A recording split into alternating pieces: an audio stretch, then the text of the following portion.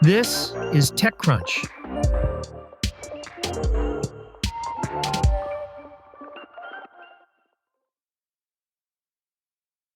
As AI becomes more prevalent in the classroom, where students use it to complete assignments and teachers are uncertain about how to address it, an AI platform called MathGPT.ai launched last year with the goal of providing an anti-cheating tutor to college students and a teaching assistant to professors.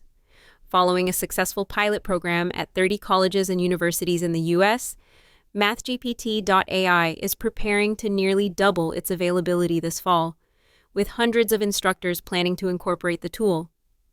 Schools implementing MathGPT.ai in their classrooms include Penn State University, Tufts University, and Liberty University, among others. The most notable aspect of the platform is that its AI chatbot is trained to never directly give the answer, but instead ask students questions and provide support, much like a human tutor would. This technique, known as Socratic questioning, encourages students to think critically rather than simply memorizing answers. For instructors, MathGPT.ai serves as a teaching assistant, generating questions and schoolwork based on uploaded textbooks and learning materials, as well as offering auto-grading capabilities and additional AI features. MathGPT.ai supports college-level math, including algebra, calculus, trigonometry, and more. In addition to the expansion, MathGPT.ai launched an upgraded version of its platform, introducing new features that give professors more control over how their students use the tools. The main feature that sets MathGPT.ai apart from other AI companies is its instructor-centric approach. Recently, the platform has become even more focused on instructors' needs. For example, instructors can now determine when students are allowed to interact with the chatbot.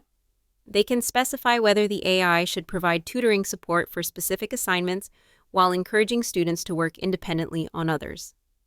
Another new feature allows professors to set the number of attempts a student has to answer a question correctly. To promote a low-pressure learning environment, MathGPT.ai has also introduced unlimited practice questions for students. These questions don't affect their score, allowing students to test their knowledge without stressing about grades. Additional features that MathGPT.ai offers to instructors include an optional requirement for students to upload images of their work. This enables professors to review submissions and verify the authenticity of the students' work. Other recent updates include integrations with the 3 largest learning management systems, Canvas, Blackboard, and Brightspace. It also added screen reader compatibility and an audio mode, making it more accessible to individuals with disabilities. The platform already offers closed captions for its summarized video lessons, which are notably AI narrated to sound like historical figures like Ben Franklin and Albert Einstein. The company claims it complies with the Americans with Disabilities Act. While chatbots like Meta AI, Character.ai, and ChatGPT have faced criticism for inappropriate interactions with young users, MathGPT.ai says it has strict guardrails in place to ensure a safe learning environment. Peter Reland, the chairman of MathGPT.ai, told TechCrunch, "It will not have discussions with you about your girlfriend, boyfriend, or the meaning of life. It will simply not engage, because these freestanding chatbots will go in that direction, right? We are not here to entertain those kinds of conversations." It's important to note that, like any chatbot, MathGPT.ai's assistant still has the potential to produce inaccurate information. The chatbot has a disclosure at the bottom that warns the AI may make mistakes. Users can report the responses to the company if they believe the questions were answered incorrectly.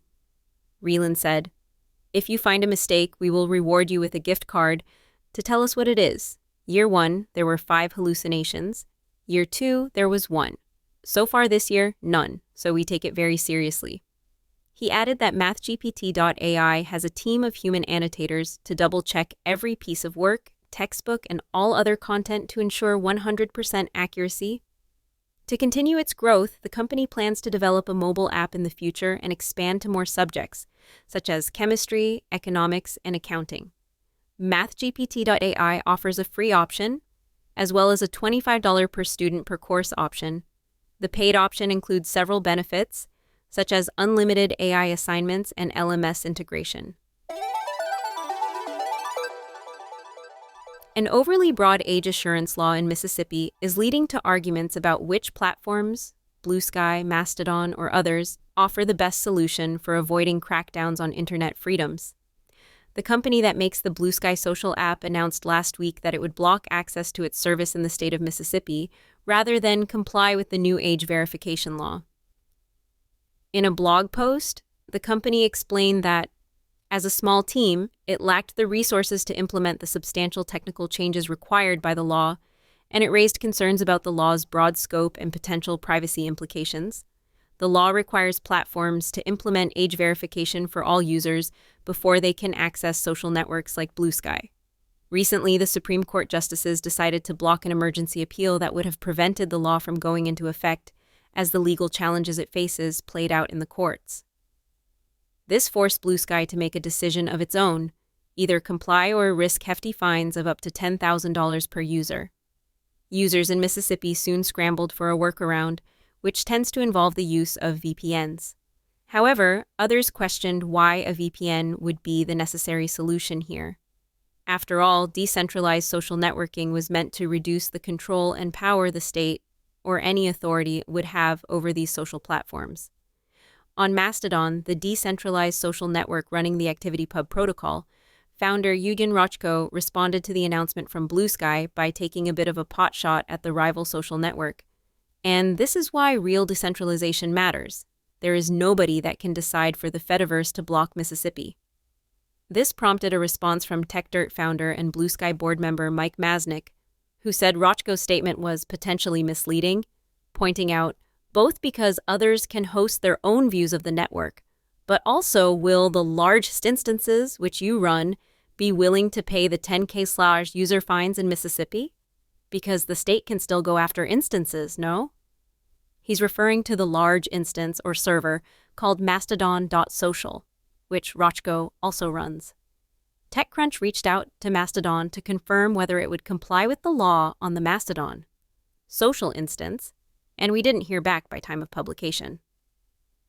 But the law was written in a way that a Mastodon instance could seemingly become a target, as could a message board, chat room, landing page, video channel, or main feed. Rochko and Masnick then engaged in a rather spicy back and forth as others chimed in, with Rochko accusing Bluesky of having all its infrastructure run by one U.S. company, meaning Bluesky PBC, the company behind the Bluesky social app. He also said that it was interesting that this was the only time someone from Bluesky had said anything to him about working together since Bluesky's launch nearly 2 years ago. The truth, as is often the case, lies somewhere in the middle.